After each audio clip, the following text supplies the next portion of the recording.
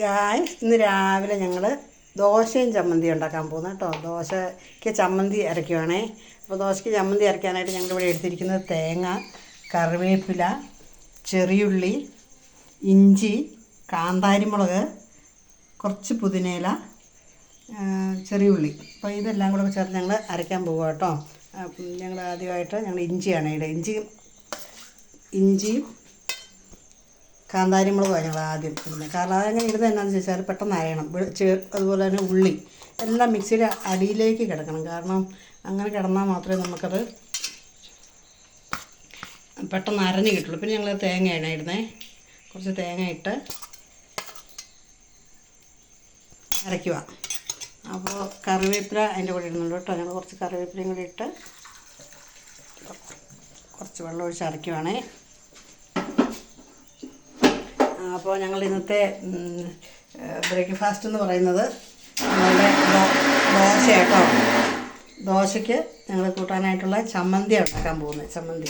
അപ്പോൾ അതിനായിട്ട് ഞാൻ ഒരു പാനിലേക്ക്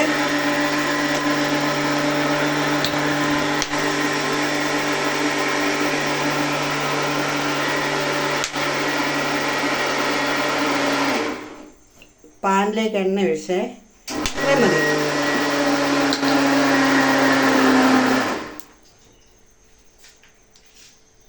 അങ്ങനെ ഞങ്ങളുടെ ചമ്മന്തി ഉണ്ടാക്കാൻ പോവുകയാണ്. ഹലോ. അപ്പോൾ നിങ്ങൾ കടുകിടുക കേട്ടോ. പാൻ ചൂടായി വരുന്നുണ്ട്. ഞങ്ങൾ അതിനകത്ത് കുറച്ച് പുതിനയില ചേർത്തിട്ടുണ്ട്. സാധാരണ പുതിനയില ഡെക്കറേഷൻ ചെയ്യാനാണ്. അപ്പോൾ ഞങ്ങൾ ചമ്മന്തി ഇത് മിക്സിയിൽ നന്നായിട്ട് അടിച്ച് കൊണ്ടുവന്നിട്ടുണ്ട്. നന്നായിട്ട് അടിക്കണം. നല്ല സ്മൂത്തായിട്ട് അടിച്ചു കഴിഞ്ഞാൽ പിന്നെ നിങ്ങൾ കടുക് താളിക്കാനുള്ള ഇതിലേക്കാണ്. കടുക് താളിക്കുക. സ്വല്പം കടുകിട്ടു. ഒന്ന് പൊട്ടി വന്നോട്ടെ.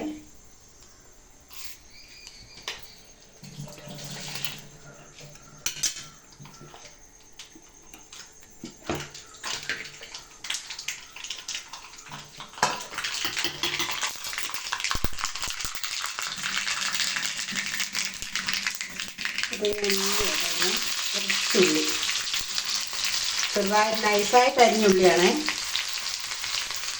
അരിഞ്ഞുള്ളിയിട്ട്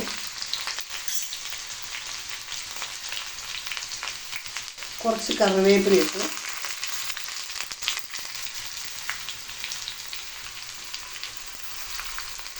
നല്ല കാന്താരിമുളക് അരച്ചുള്ള ചമ്മന്തി ആട്ടോ ഇത്. കാന്താരിയാണ് കൂടുതലായിട്ട് ചേർത്തിരിക്കുന്നത്. കാന്താരി, ചെറിയുള്ളി ഇങ്ങനെയുള്ള സാധനങ്ങളാണ്. കറിവേപ്പില.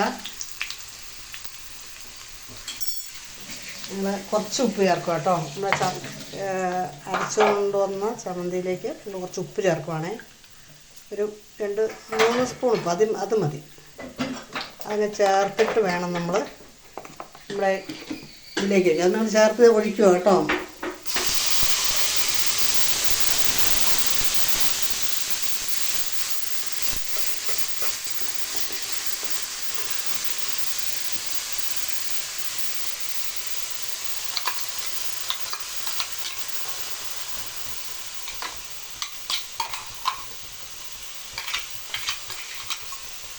അങ്ങനെ നമ്മുടെ ചമ്മന്തി റെഡി ആയിട്ടുണ്ട്. നല്ല കുറുകിയ രീതിയിലാണ് ഉണ്ടാക്കുന്നത്. അധികം വെള്ളം ഒഴിക്കുന്നില്ല. അപ്പോൾ നമുക്കിതിനകത്ത് ഒരു ഡെക്കറേഷന് വേണ്ടിയിട്ട് നമ്മൾ ഇച്ചിരി പുതിനയില ഇച്ചിരി മല്ലിയില ഇടുക കേട്ടോ. മല്ലിയില ഇട്ട് ഡെക്കറേറ്റ് ചെയ്യുവാണേ. നമ്മുടെ ചമ്മന്തി ദോശ റെഡി. ഓക്കേ. 4 മിനിറ്റ് കഴിഞ്ഞു.